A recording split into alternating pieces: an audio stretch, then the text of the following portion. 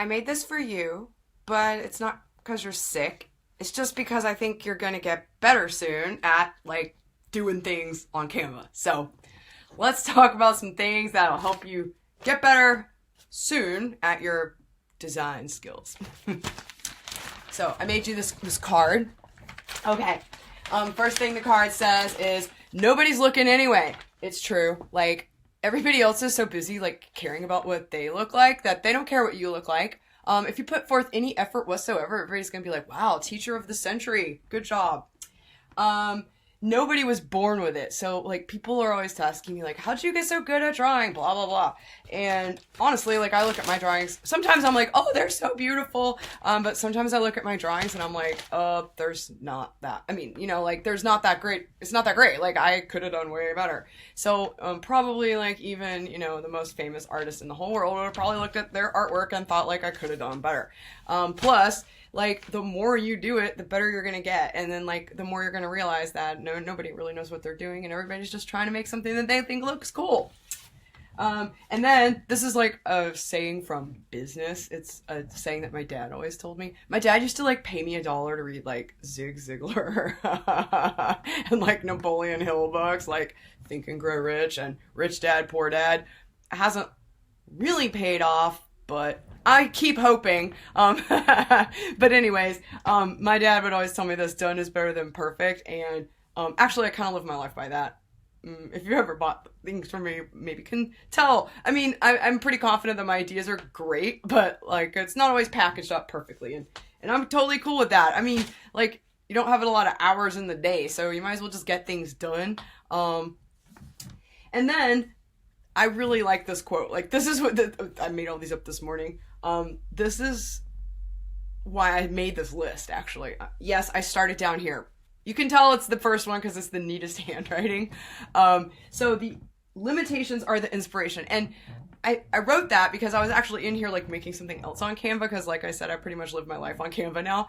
And I'm, like, making this whole program, and it's, like, this whole new thing I've never done before. And I was like, well, I'll just make a grid on Canva. Like, I'll just make a grid. I know it's going to be 8 weeks in this program. And I was like, yeah, I'll just make a grid and then I'll start filling it in. So at first I just had the grid going all the way across. And then I was like, well, actually I probably need to put the title of the week. So, like, I squeezed it in and I had 2 columns. And then I was like, well, every week we're going to do a couple different things. So then I was like, but what are those things? Because I didn't even really know. And so, like, as I was, like, working with that limitation of, like, putting that grid in there and kind of just committing, like, I'm going to fill in this grid, I just was able to actually come up with, like, all these ideas on how to make this 8-week program work. So that was cool. And if I hadn't, like, just dived in and been like, okay, well, I'm just gonna, like, limit myself to, like, doing it this way. And then, like, as I was doing it, I was, you know, thinking through things and like, getting new ideas and, like, figuring things out. Steve Krashen, I've heard him say this before, and also they told us this at Teachers College, in the writing institutes, that, like, input is actually what makes your language acquisition get better, but, like, writing makes you smarter. And that doesn't mean, like, writing makes you acquire more language. It just means, like, writing makes you smarter. Writing, like, makes you grow new ideas, because that's basically what happens when you write. And so if you just, like, kind of set yourself, like, this is the limitation, I'm going to make it this way, and you're not quite sure, like, where you're going with it. That's how I do it. Like, 85% of, like, the designs or, like, the graphic organizers or anything that I make, especially on Canva, I'll just, like, pick something. I'll just, like, kind of scroll through the Canva thing and be like, that looks like it would work. I don't know how it's going to work, but I just plop it in there. And then, like, having to work within those limitations sometimes actually, like, makes me grow new ideas. Okay, this, I like this one too. Take a mental museum visit to the algebra homework, okay? Like, just picture yourself, like, walking around to all the different classrooms and think about what their materials look like right now, or in general, and you'll feel a lot better about what you can do, because, like, that math homework probably doesn't have any design acumen whatsoever. I mean, unless your math teacher is way different than my math teachers and all my math teaching colleagues I've had over the years. I've never really seen, like, any... Actually, I mean, I'm not trying to just pick on algebra. Like, I haven't really seen too much homework that, like, makes you go, wow, cute design on that homework. And any teacher that like puts forth any effort is probably like running a teachers pay teachers store. And then I said here, consistency and branding like is greater than quality. And it's true. Like if you just like decide I'm gonna do all of my homeworks this way and they're always gonna look this way, even if it looks really crappy, if it's consistently the same way and it kind of has this like theme or like this color scheme, or like maybe even make like, I think we'll work tomorrow, like making a personal logo for your class. If you have like a personal logo for your class, like you've already like head and shoulders like superseded the rest of the 99.9% of the teachers out there. So just being consistent and like branding yourself. Like I take a lot of business classes and marketing classes. I really do, like online. I love them. When I was a little girl, I used to think I wanted to be an advertising like agent or whatever, or write for Sesame Street.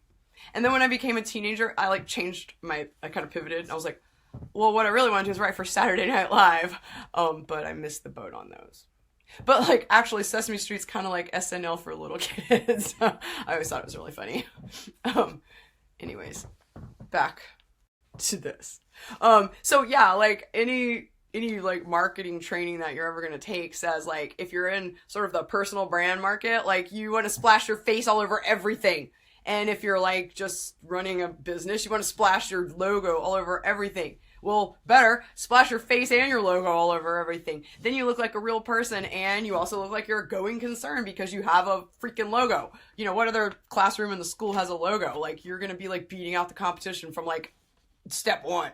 If you have a white piece of paper with like a stripe on the top that's always the same color and this cute picture of you going like, Spanish is cool, like, you're gonna just like blow everybody out of the water from the get-go just because you've like consistently branded yourself, and then the rest of it can be like a Microsoft Word document.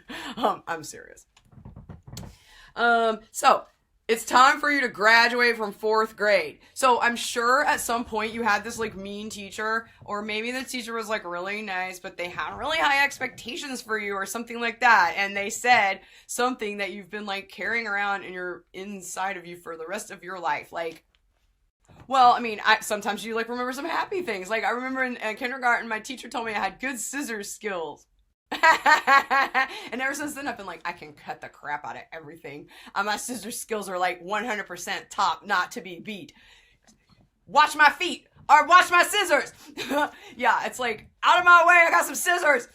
So anyway, like anything that you say to a kid can stick with them. And so there's probably things inside of you that like are sticking with you. Like, I don't know. I can't think of anything like right off the top of my head, but that's, I might not have that inside of me. Like my teachers were always like, wow, she's so creative and her scissor skills are like not to be beat.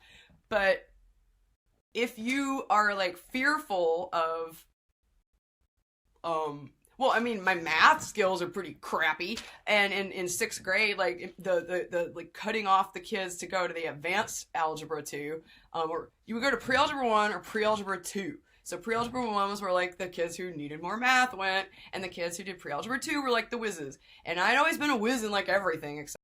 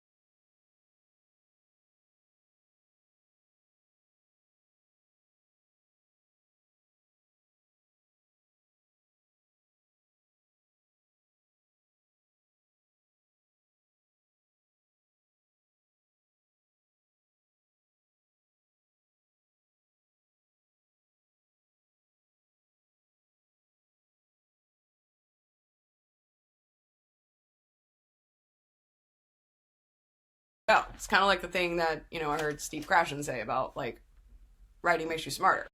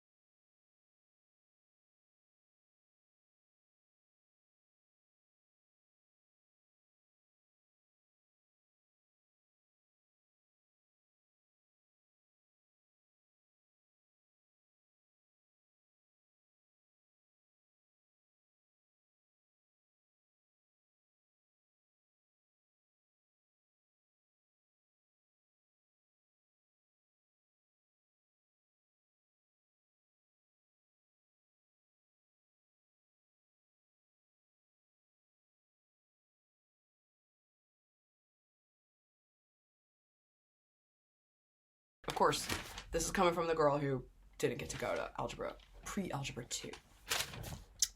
Okay, build the front of the house and then tinker around with the menu or ingredients in the back of the house. Okay, so if you ever worked in the restaurant biz, there's front of the house, back of the house, right? Front of the house is where everything's pretty. That's where the customers come in. Everything looks great. Like, you would never see a mouse running around in the front of the house. If there was a mouse running around in the front of the house, it'd be like a big, huge, like, problem. But, you know, back in the back of the house, there might be like an occasional mouse running by. But, you know, nobody's really going to see that. Or, you know, like, the front of the house has all kinds of beautiful decorations, and the back of the house is just like stainless steel and like things that came from like Restaurant Depot. So it's not all that pretty. But that's where like the stuff happens that they get in the front of the house. So I would say, like, a good principle of like making documents that are going to be useful for you is to make the front of the house like not change, like, between every customer. Even if it's like a prefix menu and like every day the menu changes, they're not gonna like redecorate all the drapes and stuff like that, and like, you know, the banquet or the, you know, whatever, the long desky or, you know, these things, like the long chairs, they don't benches, I guess you call them. They don't get like reupholstered every night. So like the front of the house is going to stay the way it is. That's the brand. Like when people think of like, I want to go to blah, blah restaurant, like they think of the front of the house. They don't care what happens in the back of the house. As long as the food that comes out of it is good. So I would suggest, and we'll work on this tomorrow, I would suggest that you like build the front to where you're going to keep it that way. It's like investing in your restaurant, you know, decor. You don't want to like get the designer to come back like every single day. And then in the back of the house is where you're going to like make the other little things that go in there. And then you're just going to link them to these fixed elements on the front of the house. And kind of like a restaurant, like if the front of the house looks really good, it doesn't matter really too much about the decor in the back of the house because that's just where the stuff's coming from. Once they get in the door, they're like, oh, this restaurant's really nice. Okay, it says here, commit to a metaphor, and that really helps me a lot. So if I like come up with sort of this centralized metaphor, like, I don't know, the fact that it was like a get well card, you know, it kind of helps like everything fall into place. So as you're kind of setting up that front of the house, if you can think about like, maybe I could make this like a farm. Or, maybe I can make this like the Olympic Games. Or a map of Mexico. Or, I don't know, the front of the house and the back of the house. So once you're just like, okay, that I can kind of see that there's maybe something where I could go with that. And then again, it's like you gave yourself this limitation to work within. And then you'll actually find research into creativity shows that if you have limitations, you're actually more creative. If somebody's like, just go and create something that represents something that's important to you, you're going to be like sitting there like staring at the paper. But if they're like, in the next 1 hour, I need you to go over there and I need you to use blue and green and I need you to, you know, include a square and a triangle and you've got to, you know, tell me something, about like why you became a teacher. Then you'd be like, oh, okay, well, I got an hour. I got to use blue, green, square, triangle. You would like put all that stuff down and you'd be like, okay, gotta hurry. Gotta get that triangle. Gotta get that square. Gotta get this done in an hour. And so like having those limitations and like kind of imposing those upon yourself, well, I mean, if you could impose time limitations on yourself, that'd be good. Because I'm kind of afraid of like unleashing my addiction on you guys, and then you're like, Tina Harganen took my life. But I did call this accro au Canva. Okay, that means like hooked on Canva or like addicted to Canva. It comes from the same word as crochet. Like crochet means hook in French. Anyway, I did call it hooked on Canva, so I did warn you. Sorry. But anyway, if you like can commit to just like, this is how I'm going to do it, even if you don't have a time commitment, like, and then you're like, I'm just going to do this. And then it just does itself. Like, if you get in the habit, it might not feel like that at first, but after a while, it'll help you. It'll like accelerate your thought process. It'll like sharpen up your creativity. And you're like, all right, I committed to making this like a barnyard. So I guess that makes me the pig. And then sometimes you'll come up with like these cute little creative ideas. I mean, maybe you don't want to make yourself a pig. I don't know. That's kind of a me thing, maybe. Set a time limit. Well, I kind of talked about that too. Like then you're creating this sort of like, well, it's like the ad agency in your mind.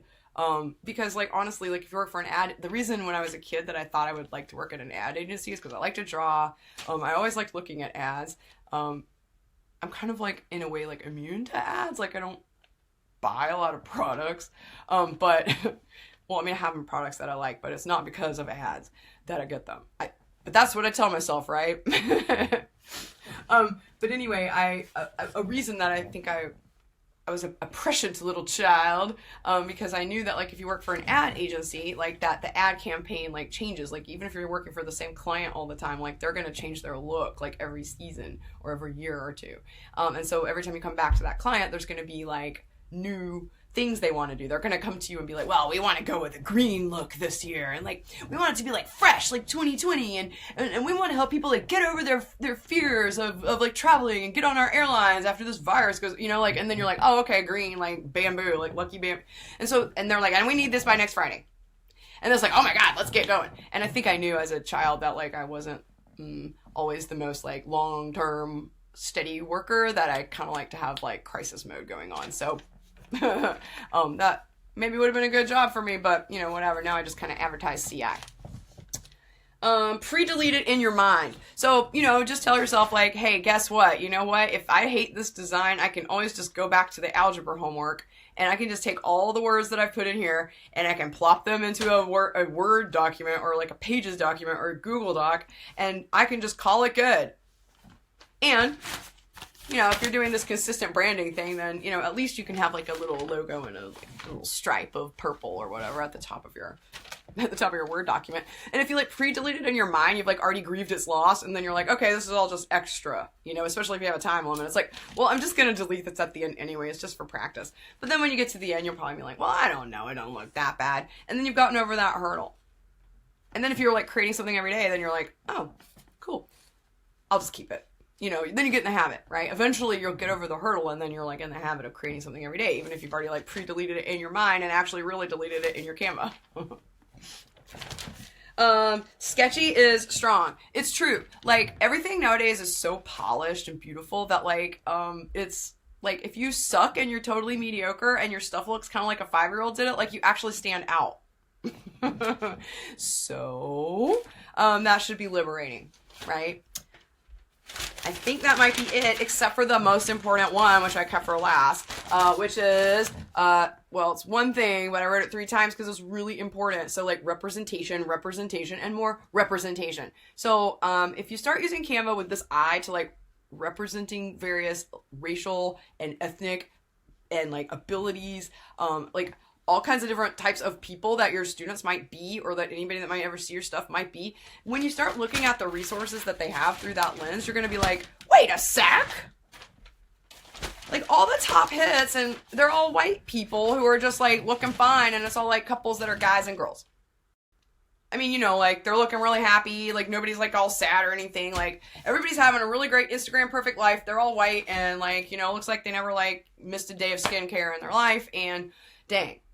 Oh, and they're all like, exactly their ideal body weight, if not 10% less. And they're all in like, cisgendered, heterosexual, like, long-term committed relationships, and like nobody's lonely and sad and depressed and nobody has problems. And, like everybody has something that makes them feel different. And so like if all we're doing is just pushing this narrative, which is like the easiest one, it's like the path of least resistance, unfortunately. Sometimes you literally have to put like Latino computer or Latina computer, and then you'll get like Latino and Latina folks like using a computer. Or you can put like black swimming, right? And you're like, black is swimming. But if you don't specify that you're looking for like various different types of people, then you won't get those as your top hits. And if all you do is just like go to the top hits when you search for your elements, I'll show you tomorrow, then you're just going to keep like perpetuating these like this white hegemony of like white is normal. It's normal to white people. That's what we grew up being. And we had the privilege of like that being sort of like the standard national definition of normal. But it's kind of time to, I think, start disrupting that narrative, considering the, demographics of like California school children are like majority not white. And the teaching force doesn't very accurately, because of lots of different forces, right? Because of a lot of inequities in our society, like we don't accurately represent back to our students their racial makeup. We're predominant. I mean, you might not be white watching this, but the teaching force is in most areas not in line with the demographic of the people that we're serving. And so like we are public servants, most of us. And so like the least we can do is at least like make the effort to say black swimming. I know it might seem a little uncomfortable. Like you might be like, well, I don't like to see color or whatever, but like just start seeing it, okay? And start looking for it and start showing it to your kids. And you'll find beautiful pictures of people of color having a great time and a wonderful life, just like they always have managed to do, because everybody is equally, creative and like resilient. And if you've had to be really resilient because of the system that you find yourself in being like extremely rigged against your happiness and success, then you're probably going to be more, I don't know, I'm just like, this is just my like white lady perspective, but I've always thought like, wow, that must like sharpen you up a little bit, like, or a lot of it, like to have to just, in spite of what us white folks are doing or continuing to do, right? Or like kind of just putting our blinders on and being like, la la, like that's not really like a problem for me, so I'm just gonna, you know, like despite all the active and like not so active like injuries, big and small, that are done by sometimes very well-meaning white people, you know, to still persist and like make a strong community and make your life joyful and strong.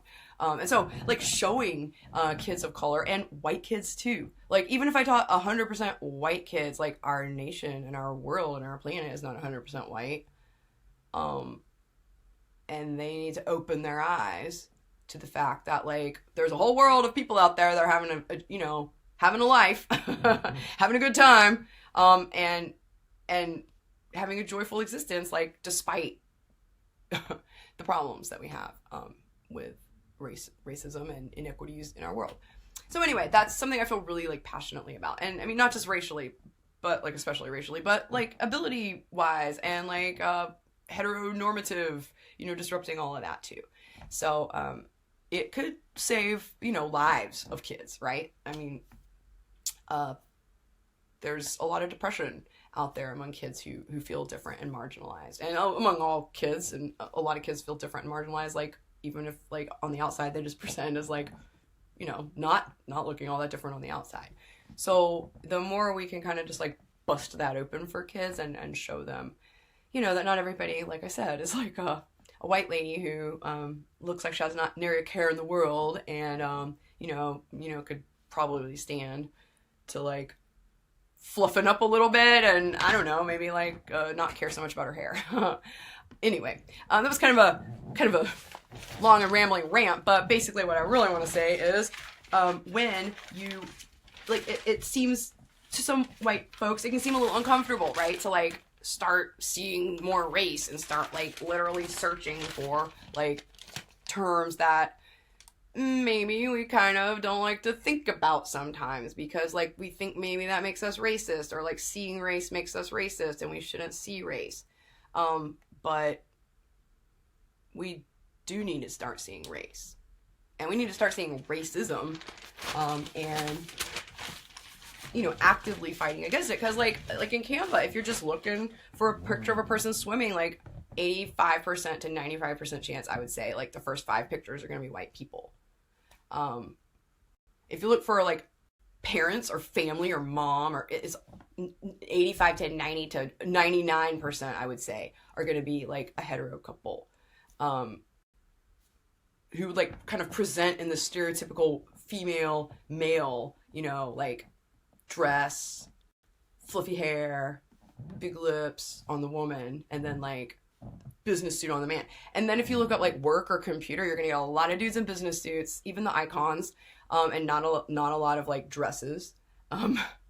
It's if you look at it through that lens, you'll be like, wow, you know, this is how racism gets passed down.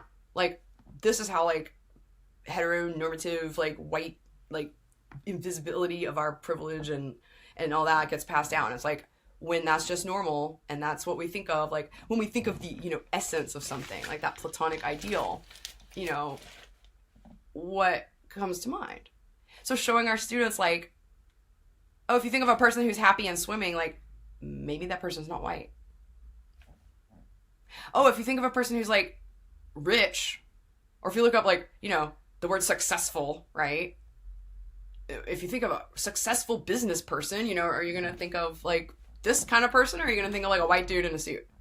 And like just that visual input after like years and years of getting that's where this like unconscious like bias, even in like very well-meaning, you know, in our conscious minds, like very well-meaning white kids and white adults, that's kind of how like a part, I think, of how we just form this sort of like blind spot in like that like whiteness is just normative. I mean, there's nothing wrong with being white, but like the way whiteness has played out in the world is a pretty bad norm. So good to start, you know, in our own little way, whenever we have a chance, you know, disrupting that, even if it feels weird, because it's, you know, It's kind of a strange feeling, like if you've never done it before, but I would highly recommend that you do it, and we'll look at Canva like that tomorrow a little bit.